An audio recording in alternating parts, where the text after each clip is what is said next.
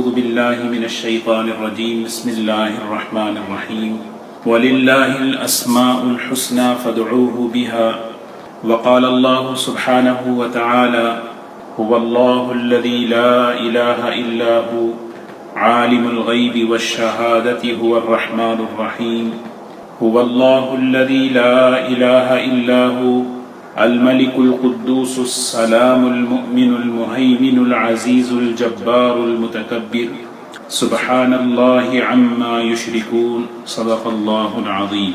السلام اللہ تعالیٰ کے ناموں میں سے ایک نام ہے، اللہ تعالیٰ کے صفات میں سے ایک صفت ہے۔ حضور اکرم صلی اللہ علیہ وسلم نے فرمایا السلام اسم من اسماء اللہ تعالی، السلام اللہ تعالیٰ کے ناموں میں سے ایک نام ہے، اور اللہ تعالیٰ نے بطور تحفے کے اپنے بندوں کو یہ نام دیا ہے کہ آپس میں ایک دوسرے سے جب ملاقات کریں بطور تحیہ کے، سلام کے، تم اس نام کے ذریعے تم ملاقات کرو۔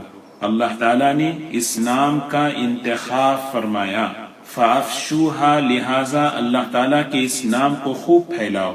اسی لیے ہمیں اس بات کی تعلیم دی گئی کہ جب ایک دوسرے سے ملاقات کریں تو ہماری ملاقات کی ابتدا السلام علیکم سے ہونی چاہیے۔ جب ہم السلام کو تحیہ کے طور پر استعمال کرتے ہیں، یعنی آپس میں ملاقات کے وقت السلام علیکم کے معنی میں استعمال کرتے ہیں، تو اس کا معنی یہ ہے اللہ تعالیٰ کی سلامتی ہو تم پر، اللہ تم سب کو اپنی سلامتی میں رکھے، اپنی حفاظت میں رکھے، السلام علیکم۔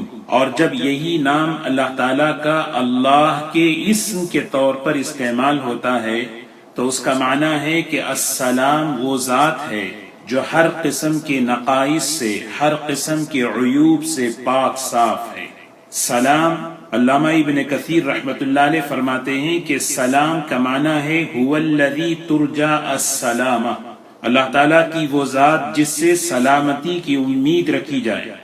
سلامتی کا مسئلہ، حفاظت کا مسئلہ آج کے زمانے میں بلکہ ہر زمانے میں ایک انسان کی بڑی ضرورت ہے۔ اپنی جان کی، اپنے مال کی، اپنی اولاد کی، اپنی تجارتوں کی، اپنی جاب کی سلامتی انسان چاہتا ہے، اور یہ سلامتی ہماری زندگیوں پر جو آتی ہے وہ اللہ کے نام السلام کے ذریعے سے متوجہ ہوتی ہے۔ اسی لیے اللہ کی ذات ہے جس سے سلامتی کی امید کی جاتی ہے۔ ان نماز کے بعد جو اللہ کے رسول صلی اللہ علیہ وسلم جو دعائیں اللہ سے مانگتے تھے، ان دعاؤں میں ایک دعا ہے اللہم انت السلام ومنک السلام، اے اللہ آپ سلام ہیں اور آپ ہی سے سلامتی کی امید رکھتے ہیں۔ منک السلام، کیونکہ انسان سلامتی کا محتاج ہے۔ جب دنیا میں انسان آتا ہے تو مختلف قسم کے خطرات، مختلف قسم کی آزمائشوں، مختلف قسم کے یعنی ہلاکت کے نقشوں میں رہتا ہے، چاہے وہ گھر کے اندر ہو، گھر کے باہر ہو، سفر میں ہو، حضر میں ہو۔